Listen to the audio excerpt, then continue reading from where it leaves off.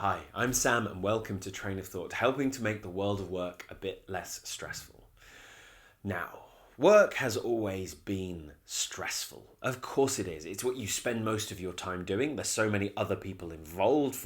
You've got bosses, you've got colleagues.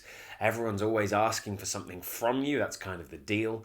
And at the end of the day, it's what pays the bills. It's always going to carry stress with it, and it always has. But what's different about today? Why are we all so stressed?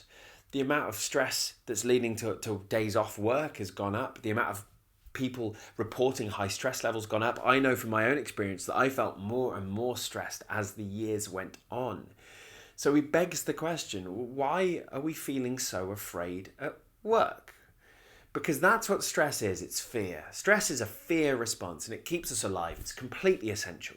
And it's right that work has some stress to it. Otherwise, we wouldn't be motivated to do the things we need to do. It's right that there's a bit of pressure, a bit of edge to it that keeps us on our toes and doing better. But it changes if it's long term and if it's frequent. If we're constantly feeling really stressed, well, that has a really negative consequence for us, for those around us, and for the people we work for. We're never going to do as good work if we're feeling that way. Now, it can seem often that we talk about stress as this problem we need to solve, and in a way it is, but really it's a symptom of the problem. It's not the cause, it's the effect. Because if we follow it down, if we follow the train of thought that we're feeling afraid at work, then we come to the conclusion that something's making us feel afraid. Something about the way we work, the way we organize ourselves, the way we interact with each other is making us feel afraid. And that's what's leading to the stress. So let's lean in there. Let's think about it. Now, I'd love you to think about your normal working day. You walk into the office or wherever it is you work. You get to your desk or wherever it is you work.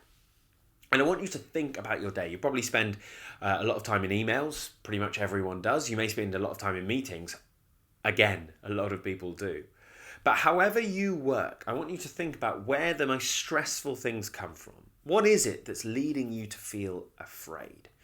Now, I'm going to speak now about some of the ones I feel, the things that I really noticed caused me to feel more stressed. And from the work I do, I noticed that they're very common ones. They're ones we all share.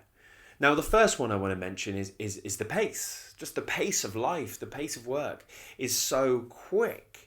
We're expected to do a huge amount in a very short time. And the length of time, when I worked in advertising, the length of time it took to do an advert just got shorter and shorter as the pressure was to just keep kind of churning stuff out. So with that pace comes, well, my second one, pressure. It can often feel very pressurized. The stakes feel very high. There's a lot of feelings of, if I get this wrong, the consequences will be horrendous for me. I may lose my job, and if I lose my job, then I'll lose my house, my flat, my etc. You know, the stakes feel really high. So we've got this feeling of pressure.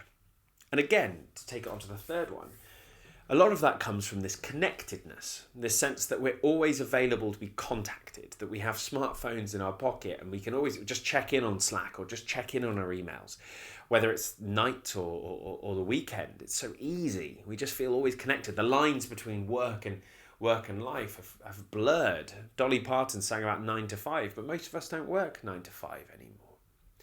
And finally, the complexity of what we're working with. AI, apps, technology, it's all incredibly complicated.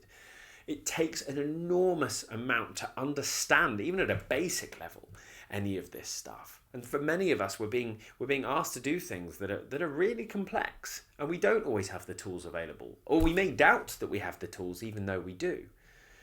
The US military has a great acronym that really can help us here. It's been used to describe the current world of work, and that acronym is VUCA.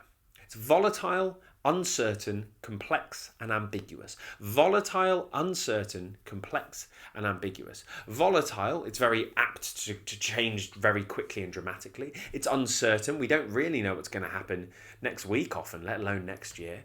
It's complex. As we've mentioned, everything we do now is incredibly complex. And it's relatively ambiguous. No one quite knows what to do. Questions of right and wrong are quite hard to answer now. And often, if you take the same problem to several people, because of the complexity, people will give you very different answers. So VUCA is a really good explanation of the world we're working in. Now, if this is the world we're working in, then no wonder we feel afraid, because it's very hard to feel safe if that's the way we're working, the environments we find ourselves in. It's very hard to feel safe. Now, how can this help us? Well, it changes the questions we ask. Instead of the question, why am I so stressed? We can change the dynamic to go, well, what is it that's making me stressed? What about the way I'm working is leading me to feel this way? What about the way we as a team are working is leading me to feel this way? Because so many assumptions are being made that this is the way things have to be done. Now, I would argue vociferously that they don't have to be. There are better ways of doing things. If we focus in on where the stress and the pressure is coming from, we can change things to allow us to feel safe. But that starts with asking the right question. The question is, what is making us feel afraid? Thanks so much for listening. Please let me know your thoughts and your experience in the comments. Please like and subscribe. There'll be plenty more for you. And in the meantime, until we speak again, take care.